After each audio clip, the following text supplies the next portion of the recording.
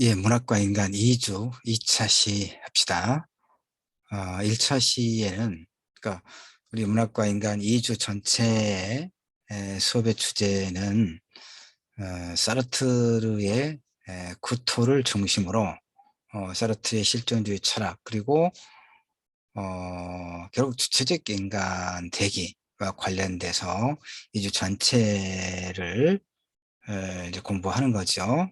이 전체 주제가 소위 대주제가 주체적 인간 대기, 그리고 그거 매우 밀접한 관련을 맺고 있는 사르트르의 실존주의 철학 사상, 그리고 실존주의 철학 사상이 문학 텍스트로 집대성되어 있는 구토를 이제 우리가 보는 거죠.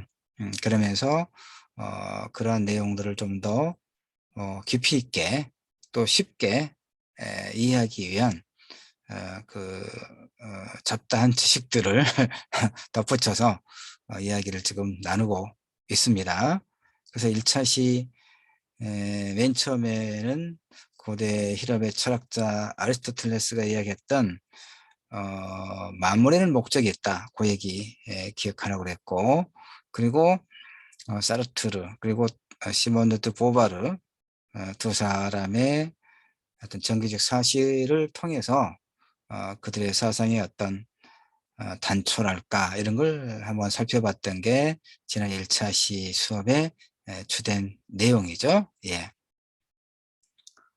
아, 결국 이제 그 사르트르 앙가주망과 사르트르와 보바르, 시몬드 드 보바르의 그 지식인 작가로서의 그런 어떤 실천적인 운동을 한마디로 이야기하는 게 뭐였습니까? 개념적으로 앙가주망, 예, 문학적 실천, 실천적 지식인의 그런 면모, 이런 걸 볼 수 있죠. 사실 이제 안토니오 그람시라고 하는 이탈리아의 또 아주 세계적으로, 이 사람은 이제 사회주의자인데, 음, 이탈리아의 파시즘 체제 내에서 이제 감옥에 많이 갇혀 있었죠. 그래서 그람시의 옥중 수고, 옥중에서 이제 손으로 직접 쓴 글, 예, 번역되어 있기도 합니다. 안토니오 그람시가 옥중 수고에서 이렇게 이야기합니다. 모든 사람이 지식인이며 그렇기 때문에 누구나 말할 수 있다. 하지만 모든 사람이 사회에서 지식인의 기능을 갖게 되는 것은 아니다. 쉬운 말은 아닙니다. 모든 사람이 지식인이며, 이 말은 이제 소위 공부를 많이 한, 그래서 학문적인 어떤 성취를 갖고 있는 사람만을 지식인이라고 말하는 게 아니라 누구라도 그 사람의 어떤 위치와 형편, 을 불문하고 누구나 나름의 어떤 삶의 과정 속에서 갖게 된 일정한 지식이라고 하는 게 있겠죠. 예. 그런 의미에서 이렇게 이야기했을 걸로 나는 이해를 합니다. 안토니오 그람시. 모든 사람의 지식인이며, 그렇기 때문에 누구나 말할 수 있다. 그렇죠. 하지만 모든 사람이 사회에서 지식인의 기능을 갖게 되는 것은 아니다. 그렇죠. 모든 사람이. 그러니까 이제 나중에 또 우리가 이야기할 기회가 있을 거예요. 그 작가란 무엇인가와 관련해서 여러분, 작가는 무엇입니까? 지금 사르트르, 그다음에 그와 이제 계약 결혼을 통해서 평생의 반려자가 되었던 시몬드 드 보바르, 둘 다 작가죠. 일단 철학 사상가이기도 하면서 실천적인 어떤 사회운동가이기도 하면서 또한 그들의 정체성은 작가죠. 작가는 무엇입니까, 여러분? 글을 쓰는 자죠. 그러면 글을 쓰는 자 모두를 그대로 다 작가라고 할 수 있을 것인가? 안토니오 그람시가 한 말을 이제 빌려서 그렇게 질문을 해볼 수가 있어요, 저는. 음? 글을 쓰는 모든 사람을 다 작가로 할 수 있을 것인가? 뭐 그렇게 말할 수 있겠죠. 글을 쓰는 사람을 작가라고 할 수 있다. 그러나 모든 작가가 사회에서 지식인의 기능을 갖게 되는 것은 아니겠죠. 이 말은 글을 쓰는 사람이 작가긴 하고 하지만 그런 어떤 작가란 끊임없이 글을 쓰는 행위를 통해서 자신의 존재를 증명할 게 필요하죠. 뭐 10년 전에 20년 전에 한 편, 두 편의 글을 썼다, 책을 냈다. 그것만 가지고 계속 작가라고 말할 수는 없죠. 작가란 무엇이냐라고 했을 때 끊임없이 글을 쓰는 행위를 통해서 작가로서의 자신의 존재를 증명할 게 필요하죠. 언제까지나 현역일 게 필요하다 이런 얘기입니다. 그런데 그 글을 쓰는 행위만 가지고 작가라고 말하기는, 특히 지식인이라고 말하기는 매우 부족하다. 왜냐? 그러면 지식인이란 무엇인가 이런 이야기를 하는 거죠. 바로 오늘 우리가 문학과인가 2주차에서 살펴보고 있는 서르트르, 그다음에 보바르와 같은 그런 사람들을 나는 작가라고 말할 수 있겠어요. 그러니까 끊임없이 글을 쓰는 행위를 통해서 자신의 작가로서의 자신의 존재를 증명함과 동시에 자신이 살고 있는 당대의 사회, 세계의 모순과 부조리를 외면하지 않고 그것과 맞서서 그걸 어떻게 극복할 것인가를 치열하게 고민하고 실천하는 그런 사람이어야만 작가다, 지식인이다 라고 나는 이야기해요. 여러분의 생각은 어떻습니까? 이걸 또 시험에 한번 내기도 했습니다만은 작가란 무엇인가, 작가란 무엇이어야 하는가와 관련해서 내가 답을 이제 내 답을 다 해줘 버렸고 설명했고, 여러분이 또 그렇게 쓰면 누구라도 다 정답이다라고 할 수밖에 없으니까 그 문제는 시험에 내지는 않겠습니다. 작가란 무엇인가, 지식인이란 무엇인가. 자, 문학과인간 2주 2차 시 사르트르 공부를 또 살피면서, 또 그 전에 이탈리아의 서상가 안토니오 그람시의 이야기를 조금 했습니다. 그래서 다시 모든 사람이 지식인이며 그렇기 때문에 누구나 말할 수 있다. 하지만 모든 사람이 사회에서 지식인의 기능을 갖게 되는 것은 아니다. 그랬단 말이에요. 지식인이란 무엇인가? 지식인의 책무란 무엇인가? 요 얘기를 좀 해야 되겠죠. 그러니까 이제 그람시에 의하면 사회에서 지식인의 기능을 수행하는 이들은 크게 두 가지 유형으로 나뉜다라고 이야기를 합니다. 안토니오 그람시가 첫째, 교사, 성직자, 행정가들과 같은 전통적인 지식인이 있다. 이들은 대를 이어서 동일한 업무를 수행해낸다 이런 얘기입니다. 전통적인 지식인들, 그렇죠? 그러니까 그렇다면 1990년대의 교사, 2000년대의 교사, 2020년대 교사의 역할, 또 성직자의 역할은 변함이 없죠. 동일한 업무, 어떤 가지고 있는 지식을 다음 세대에게 전달하는 그런 어떤 역할, 교사, 그다음에 성직자 역시 뭐 종교마다 좀 다를 수는 있겠습니다만 어쨌든 그 종교의 어떤 교리를 학습시키고 그에 따라서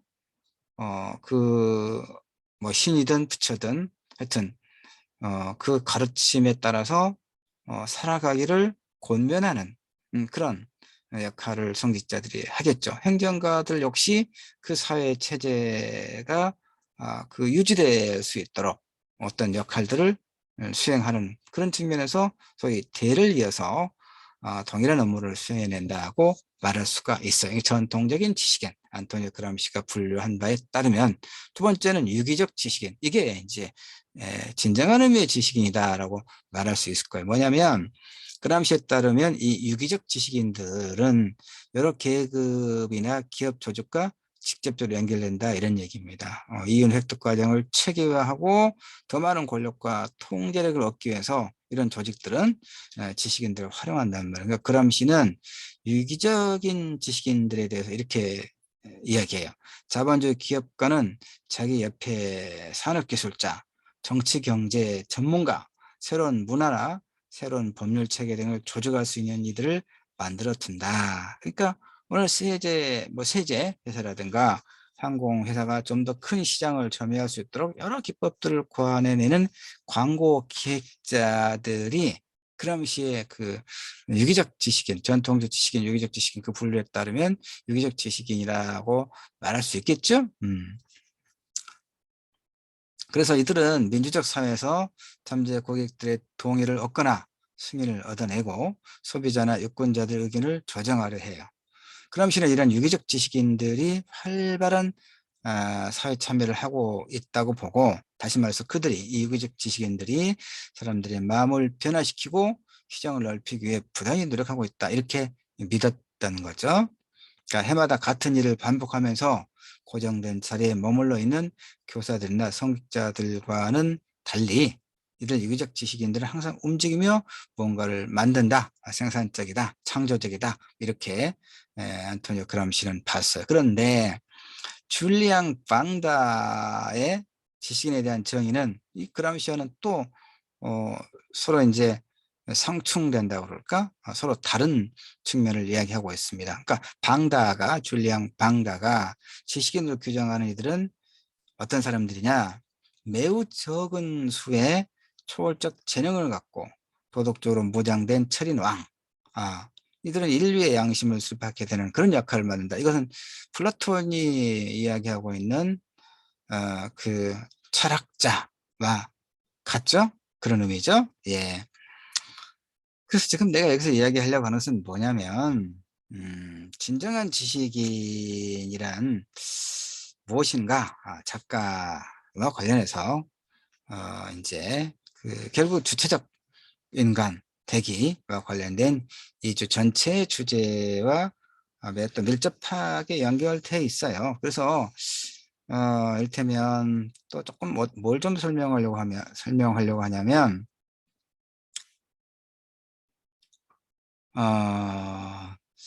그러니까 이제 무엇인가에 대한 규정은 말이에요. 문학도 마찬가지입니다. 문학이란 무엇인가라고 하는 그 규정은 시대나 시대에 따라서, 그다음에 또 어떤 측면을 좀 더 강조하는가에 따라서 그 규정은 많이 달라질 수 있습니다. 문학이란 무엇인가와 관련해서도 이건 우리가 이제 계속 15주 동안 그 다양한 텍스트들을 함께 읽고 검토하면서 그런 이야기들을 계속 하게 될 겁니다. 예, 그런데 지식인도 마찬가지긴 합니다. 지식인은 무엇인가, 또 작가는 무엇인가를 규정하는 것이 그렇게 쉬운 일은 아닙니다. 그래서 지금 이제 그래서 언제까지 하고 끝날까요? 금방 끝낼게요, 이 부분을. 이제 그 일본의 또 마사오 미요시라고 하는 이제 작가 지식인이 있습니다. 이 사람은 그러면 2차 세계대전 때 이제 그 미군의 그 원자폭탄 두 발을 맞고 일본이 항복을 했잖아요. 예. 근데 전쟁 후에 대부분의 일본 지식인들은 자신의 핵심적인 임무가 소위 이제 천황 이데올로기, 예. 이걸 해치하는 것뿐만 아니라 서양과의 경쟁을 의미하는 자유로운 개인주의적 주체성의 구축, 응? 자유로운 개인주의적 주체성의 구축. 오늘 이제 우리 문학과 인간 2주차의 주체적 인간, 주체, 객체가 아니라 자신의 삶의, 자신의 운명의 주체, 좀 연결되는 측면은 있겠습니다. 하여튼 그래서 이렇게 어쨌든 전후 일본 지식인들의 책무와 관련해서 소위 천황 이데올로기, 그 전범 전쟁을 일으켰던 군국주의, 그다음에 이제 조선과 뭐 중국이라든가 동남아시아를 침략하고 식민 지배했던 그런 제국주의적 어떤 이데올로기 체제의 와해 뿐만이 아니라 자유로운 개인주의적 주체성의 구축이라고 전후 일본 많은 지식인들이 확신했다, 뭐 이렇게 마사오 미오시가 이야기하고 있다, 이런 얘기죠. 그러나 결국 공허한 소비주의로 규결되어 혼자서 구매하는 행위가 개인적 존재를 확인하는데 기여할 뿐이었다라고 말할 수 있어요. 근데 이제 어쨌든 이 마르야마 마사오가 소위 말하면 참여 공동체, 예, 주체적인 문제에 관심이 기울어진 지식인들의 전쟁 책임 문제에 대해서도 목소리를 내야 한다. 그 전쟁 책임에 대한 그 이야기를 소구한 것에 대한 어떤 이제 비판적 그 질문이 있죠. 예. 그러니까 이렇게 지식인이라고 하는 것은 어떤 시대, 어떤 상황에서 그 사이로부터 어떤 책무가 주어지는가에 따라서 좀 다를 수가 있어요.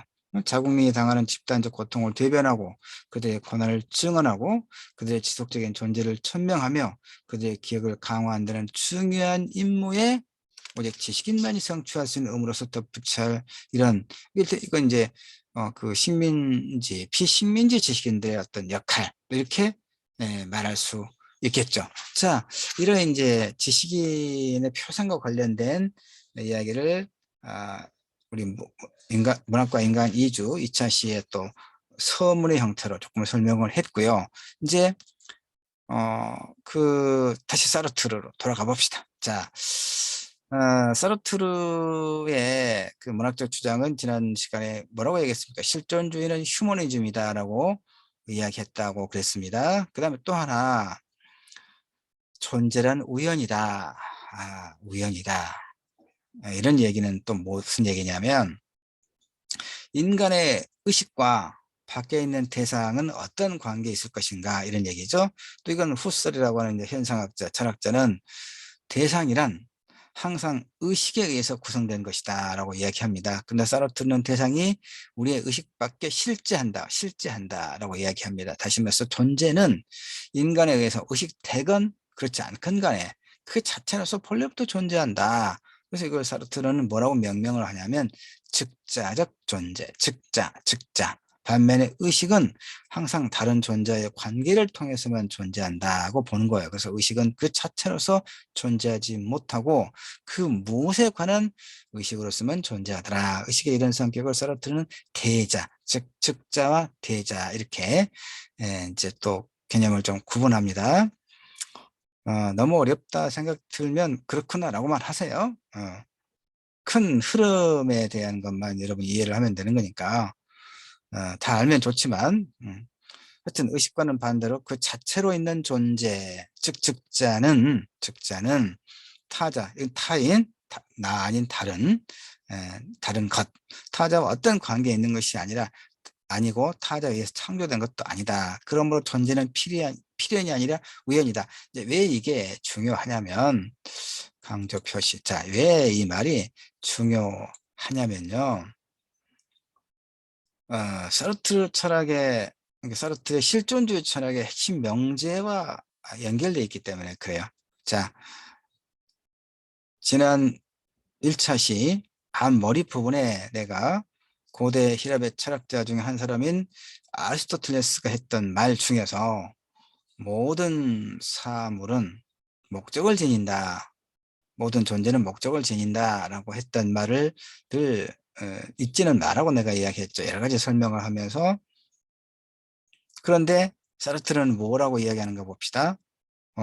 즉자적 존재, 대자적 존재, 즉자, 대자를 그 개념을 설명하면서 존재는 필연이 아니라 우연이다라고 이야기하고 있거든요. 바로 이것이 사르트르를 비롯한 실존주의 철학자들의 핵심적인 사고예요. 언명이에요. 존재는 필연이 아니라 우연이다.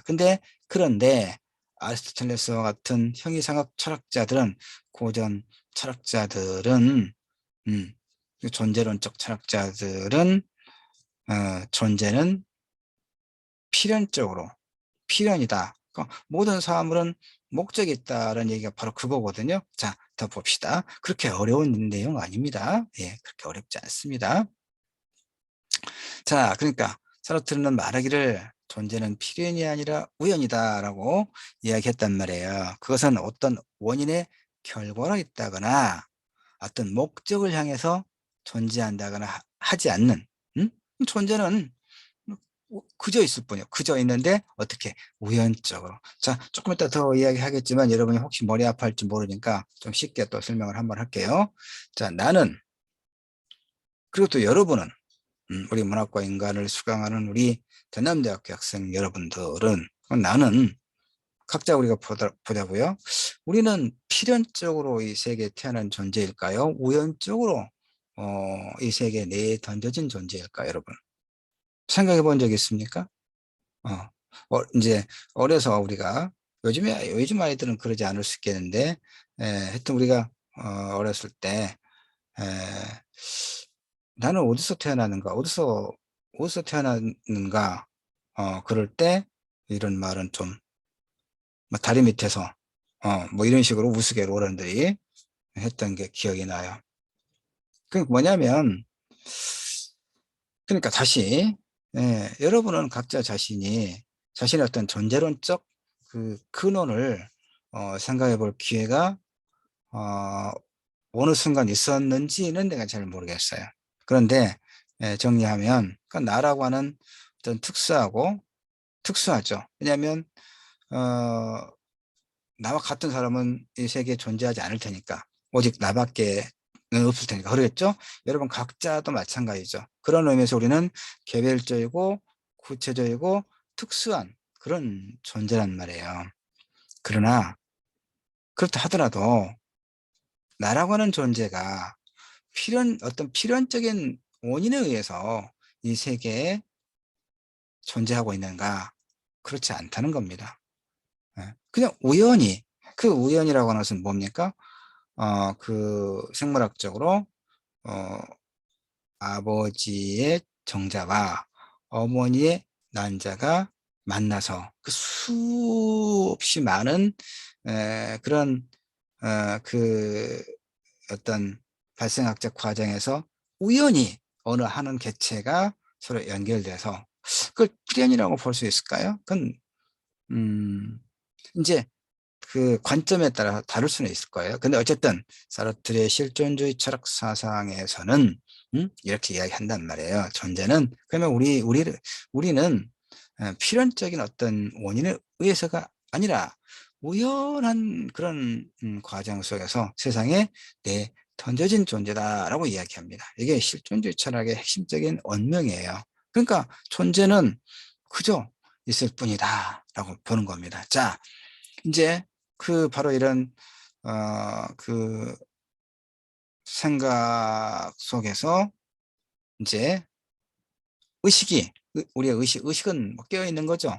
생각하는 거, 사리 분별할 수 있는 능력, 이성의 작동. 그래서 의식이 우연히 존재 자체와 만날 때 우리는 구토, 구토를 느낀다라고 이야기합니다. 사르트르에 의하면 존재는 그저 있다는 것 외에는 아무것도 아니다 이런 얘기예요. 그래서 그러기 때문에 사물을 지배하는 필연적인 법칙을 인정하고 모든 운동과 변화를 설명하려고 하는 그런 이제 과학적 어떤 언변을 사르트르는 이제 인정하지 않죠. 자, 그래서 사실 옛날부터 존재라고 하는 개념은 철학에서 높은 자리를 차지해왔어요. 상위 개념으로. 자, 그希腊 철학자들 아리스토텔레스, 플라톤, 네. 이 본질주의, 이 본질주의 철학자들의 형이상학, 사물의 존재 이유와 그 목적이 무엇인가를 탐구하는 형이상학 철학자들. 그러나 사르트르에게 존재는 신적인 것도 아니고 더없이 높은 초월자도 아니다. 그 말. 그저 있다. 그저 있는 것. 그저 있는 것. 그 이상도 그 이하도 아닌 것. 창조되지도 않았고 존재할 이유도 없고 다른 존재의 어떤 관계도 없는 무의미한 것. 그저 구토를 일으키는 것일 뿐이다라고 이제 보는 겁니다. 이건 그동안의 어떤 그 철학적 전통에 대한 하나의 혁명이라고 볼 수 있죠.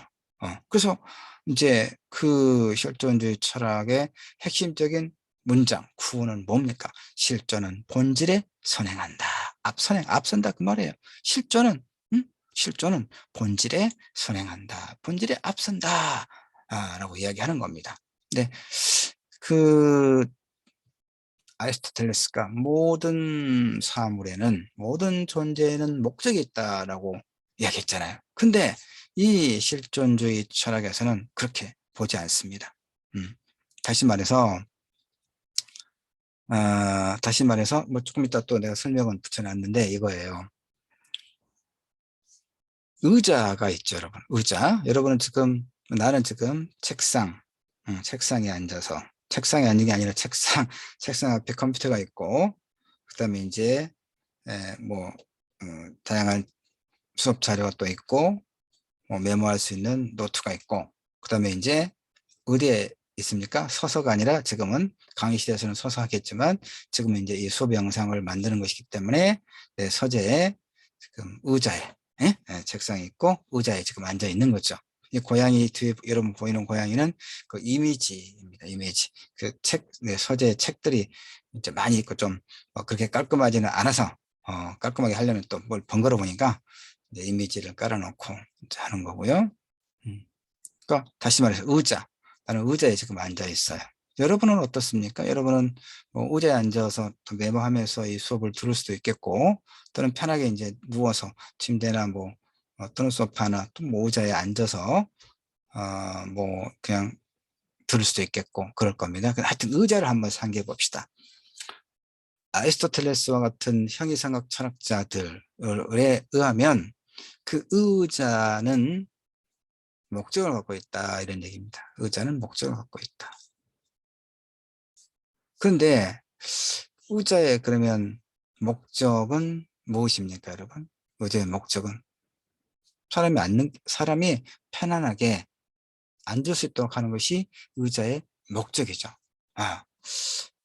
그런데 자, 컵.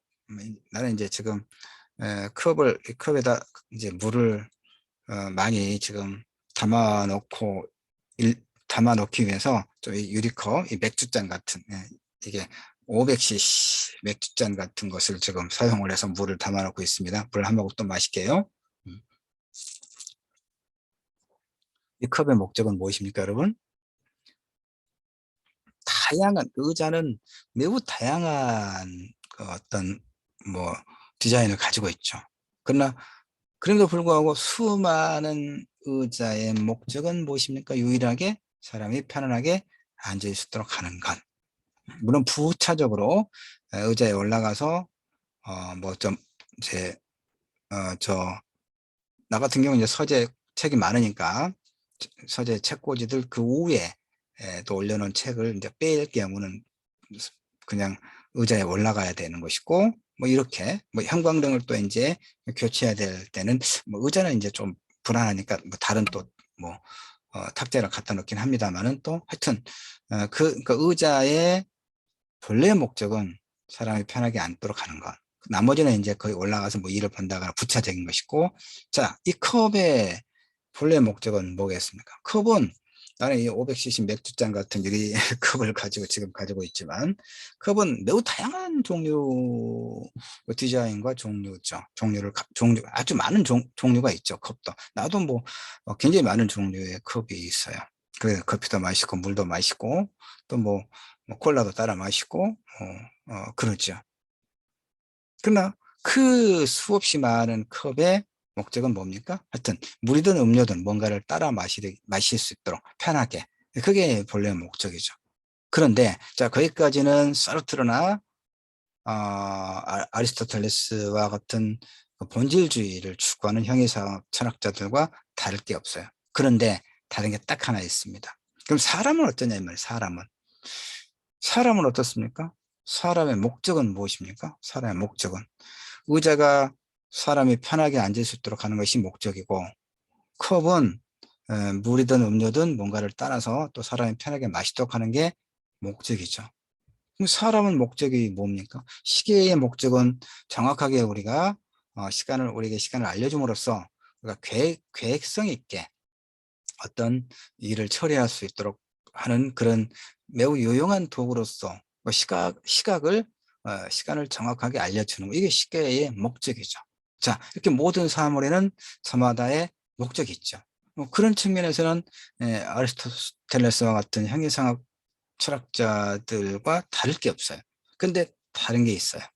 결정적으로 다른 게 사람은 어떠냐는 얘기죠. 사람은. 여러분 어떻습니까? 여러분에게는 어떤 목적이 있습니까? 1970년대 한국의 독재자 박정희가 10월 유신이라고 하는 일본의 메이지 유신이라고 하는 것을 이제 그 본따서 소위 이제 영구집권, 영구집권의 그 기반을 마련했던 게 유신 체제인데, 유신헌법이라고 하는 그런 걸 이제 동원해서 그때 전 국민을 이제 교육시키기, 교육하도록 해서 국민교육헌장이라고 하는 것을 만들었어요. 그때 그 국민교육헌장의 첫 번째 문장이 이렇게 시작. 내가 외우고 있어요. 내가 초등학교 때 그 학교 하도 외우라고 그래서 외웠는데, 우리 반에서 네 번째로 외워서 앞에 나가서 자랑스럽게 외웠는데, 굉장히 길어요. 긴데 그러다 보니까 첫 문장을 지금도 아주 다 그냥 기억하고 있어요. 첫 문장은, 국민교육원장의 첫 문장은 뭐라고 되어 있냐면요. 우리는 민족 중흥의 역사적 사명을 띠고 이 땅에 태어났다라고 시작해요. 아, 우리는 그러니까 얼마나 가슴이 벅찹니까? 그때 당시 그랬겠죠. 근데 지금 이제 공부를 하고 해보니까 얼마나 어리석은 것이고 얼마나 우리를 억압하는 것인지를 알 수 있겠죠. 아니, 우리는, 내가 태어났는데 태어날 때 목적을 가지고 태어났다는 거예요. 박정희가 발표한 국민교육 헌장에 의하면 첫머리에 우리는 민족 중흥의 역사적 사명을 띠고 태어났다는 거예요. 아, 그러면 이게 얼마나 우리를 억압하는 거예요. 다 목적을 가지고 태어난 거죠. 근데 어떤 목적? 전체주의 사상, 민족 중흥의 역사적 사명을 띠고 태어났어요. 그러니까 그 역사적 사명에 반하는 행위를 하는 자들은 다 체포되고 고문을 받고 감옥에 가고 심지어 사형을 받았죠. 아, 무서운 겁니다. 이 전체주의라고 하는 것이. 예. 근데 다시 또, 그처럼 우리는 목적을 가지고 태어납니까? 다른 사물은, 모든 사물은 목적이 있잖아요. 목적 없이 만들어진 건 없어요. 그렇죠? 목적 없이 만들어진 게, 내 주변에 지금 내 책상에도 다양한 게 많이 있어요. 뭐, 여러분 책상 주변에도 그러겠죠? 뭐 클립도 있고, 뭐 딱풀도 있고, 뭐 지우개도 있고, 뭐 아주 많이 있습니다. 아주 굉장히 많죠. 잡다한 것이 많이 있죠. 이 중에 목적 없이 만들어진 것은 아무것도 없어요. 그렇죠? 그러면 사람은 어떠냐는 거예요, 사람은. 그래서 이제 크게, 그러면 이렇게 국민교육 헌장에서 이야기하는 것처럼 우리는 모두 어떤 목적을 가지고 태어나는가? 아니란 얘기입니다, 실존주의에서. 음. 사람은 어떻다고요? 그냥 우연히, 알겠죠? 우연히. 예, 우연히 태어났다. 우연히 이 세계에 내 던져졌다. 나는 그렇게 생각해. 나도 그렇게 생각해요. 사르트르의 실존주의 철학. 그 실존은 본질에 사랑한다. 실존은 실제 존재하는 것은 본질에, 본질은 목적을 말하는 건 목적. 목질에 앞선다. 목적이 앞선다고 말해요. 사람은 목적을 갖고 태어난 게 아니다. 이런 얘기입니다. 음. 그렇다고 그래서 사르트르가 인간 의식에 대해 무슨 대단한 의미를 부여했느냐? 그것도 아니다. 물론 인간 의식을 가지고 있죠. 그런 점에서 그 자체에 머무는 다른 존재들과는 구별돼요. 소위 말하는 미물들과는. 그러나 대자로서 이 의식은 즉자적인 존재의 축소와 약탈. 다시 말해서 과일을 파먹는 벌레와도 같이 이건 존재의 알맹이 속으로 의식의 물을 끌어들이더라. 자, 그래서 다시 인간의 의식은 두 가지로 분열된다라고 사르트르는 이야기합니다. 예를 들어서 우리가 어떤 대상을 의식할 때 우리는 동시에 의식하고 있다는 사실을 스스로 의식하죠. 그렇죠? 음. 그러니까 무언가를 어떤 대상을 우리가 느낌으로 의식할 때, 뭐 눈이든, 그러니까 뭐 내가 길게 설명하지 않아도 될 것 같아요. 이 부분은. 그러니까 우리가 어떤 대상을 의식할 때 우리는 동시에 의식하고 있다는 사실을 스스로 의식하죠. 그렇죠? 어. 음, 의식은 밖에 있는 대상을 향하거나 또는 나 자신을 향하기도 하고, 그쵸? 나는 누구인가라고 하는 그 질문을 스스로에게 던질 때, 그쵸? 왜 이렇게 힘들지? 왜 이렇게 우울하지? 그다음에 또 무엇으로 인해서 나는 이렇게 기쁘지? 이렇게 스스로 질문하고 의식하고 있는 거죠. 그러니까 밖에 있는 대상, 뭐 어떤 타인이나 세계에 대한 그 의식뿐만 아니라 안으로, 즉 나 자신에 대해서 의식할 수도 있단 말이에요. 그렇죠? 근데 그것은 소위 안과 밖, 나를 기준으로 내 안과 밖이라고 하는 이 둘은 서로 떨어져 있는가? 그렇다기보다는 그러면 또 둘이 연결되어 있는가? 그 둘 사이에 끼어 있는 것은 아무것도 없다고 보는 거예요. 사르트는 무가 이 두 가지를 의식의 밖과 안을 갈라놓더라. 그러니까 둘은 무의 심연에 따라 그 깊이에 따라서 연결된 것과 동시에 나눠진 것이다. 뭐 이건 좀 어렵게 이해를 할 수도 있겠는데 그냥 어려운 것은 하여튼 그냥 내버려둬도 아무 문제 없다고 그랬습니다. 우리 문학과 인간 수업을 이해하는 데 있어서 아무 문제 없는 거예요. 내가 요건 괜찮다라고 하는 것은 알면 좋고 몰라도 아무 문제 없는 거 알겠죠? 이주는 뭘 이야기한다고 주체적 인간되기. 예, 특히 사르트르의 실존주의 철학, 그 다음에 구토를 읽으면서 주체적 인간에 대해서 그것만 염두에 두면 돼요. 큰 어떤 주제, 예, 큰 주제. 그 다음에 이제 그래서 요 부분 넘어갑시다. 즉자, 대자. 여러분이 그냥 보도록 하고 자료 올려놓을 테니까. 자, 이제 사르트르의 그 실존주의 철학에서 핵심적인 언명은 뭐라고 그랬습니까? 존재는 본질에 선행한다, 앞선다. 실존은이 실존은 우리의 존재, 실존은 본질의 목적에 선행한다, 앞선다. 요거 기억하기 바랍니다. 그다음에 그런데 이제 그럼으로써 인간이라고 하는 것은 자유가 선고된 존재. 야, 굉장히 중요해. 인간이라는 자유로운 존재다. 이 말, 자유로운 존재. 왜 자유롭습니까? 아니, 아까 이야기했잖아요. 그 70년대 박정희의 국민교육 헌장, 우리는 민족주의 역사 사명을 띠고 이 땅에 태어났다라고 하는 목적을 나는 가지고 있지 않단 말이야. 그렇죠? 나는 태어날 때 아무런 목적을 가지고 있지 않고 우연히 태어난 존재단 말이야. 그러니까 자유로운 존재. 알겠죠? 응, 자유로운 존재. 다시 말해서 내가 어떤 삶을 살 것인가, 그것을 내 스스로 선택할 수 있는 자유를 가지고 있다, 이런 얘기야. 인간이란 자유가 선고된 존재다라는 말의 본래적 의미가, 알겠죠? 그럼 나도 그렇고 우리 모두는 그런 의미에서 자유로운 존재. 응? 네, 인간에 대해서 다른 사물처럼 존재하는 것이 아니라 실존한다. 그냥 있다 이 말이에요. 네? 네. 그럼 다시 실존이란 그럼 뭐냐? 이제 조금 의미 부여를 하는 거죠. 인간은 미래를 향해 끊임없이 자기 밖으로 자기를 내던지는 그런 존재다. 이거 말을 이제 한자니까 기투, 내던지는 존재. 그러면서 현재라고 하는 우리는 어떤 상황적 조건 속에 있죠. 그 현재적 조건을 뛰어넘기를 우리는 원하죠. 그것이 우리 삶의 목표가 되는 것이죠. 네. 그래서 이제 이를테면 가끔 보면 이제 뉴스에 보면 재벌가의 자녀들, 그다음에 유력 정치가의 자녀들이 클럽에서 마약을 하다가 마약을 하고 좀 문란한 생활을 하고 그래서 이제 또 음주운전 하고 골고루죠. 마약도 하고 음주운전도 하고 뭐 그러다가 이제 문제가 되는 내용들을 우리가 가끔 이제 보도를 통해서 접하죠. 그럴 때 이제 내가 생각하기를 그런 사람들은 어찌 보면 부모를 잘 만나서, 예, 그야말로 우연인 거예요. 우연히 그야말로 부모를 잘 만나서. 어떤 부모입니까? 돈 많고 사회적 권력을 갖고 있는 그런 사람들을 부모로 두어서 부럽죠. 그래서 이제 세상에 근심 걱정 없이 제 하고 싶은 대로 하는 거죠. 예. 그런데 대부분의 사람들은 그렇지 못하잖아요. 그렇죠?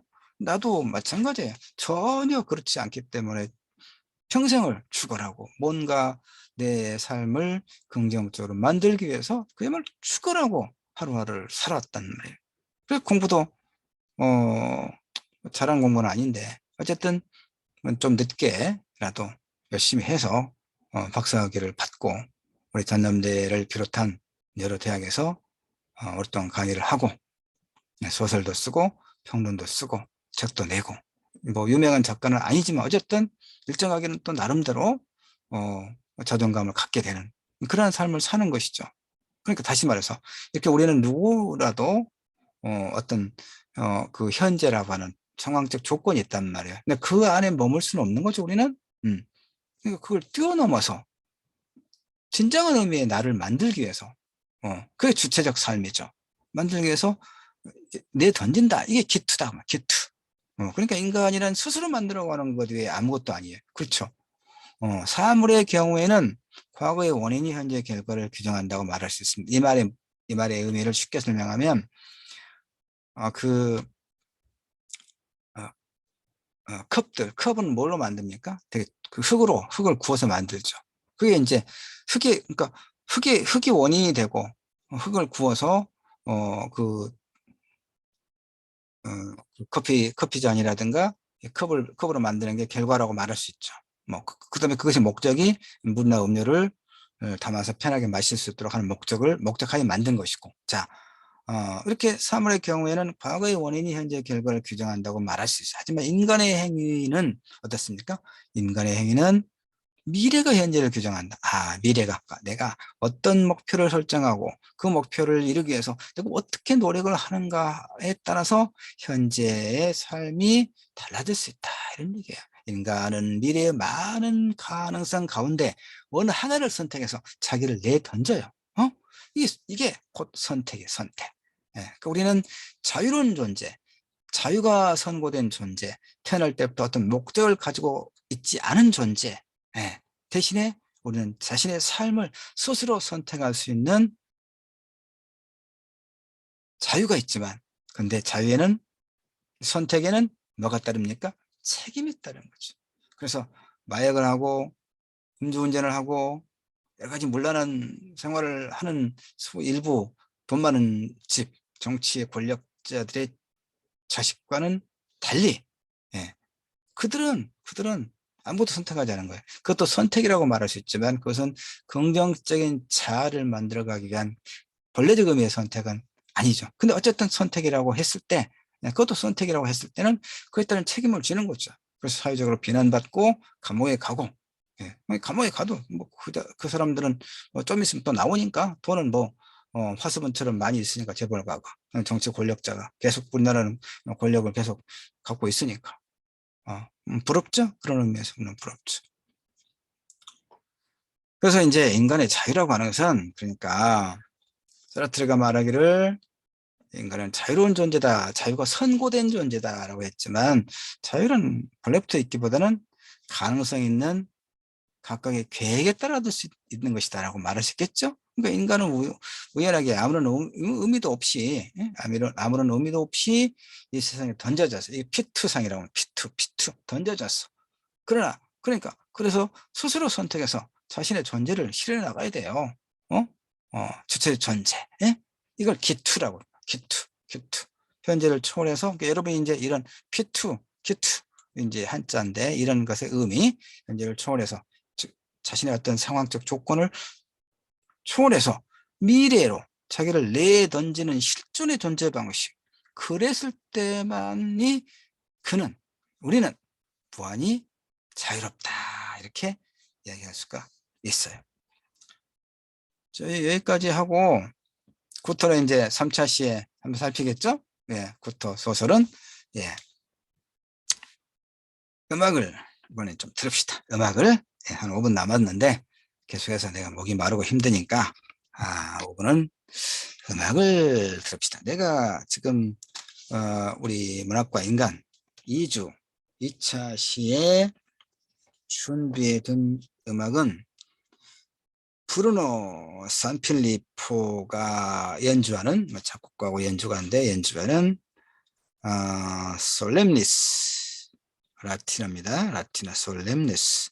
악보에서 장음하게 연주하라는 그런 뜻이다라고 되어 있습니다. 예, 그냥 편하게 음악을 한 5분 정도 듣고 2차 시 끝내도록 하지요.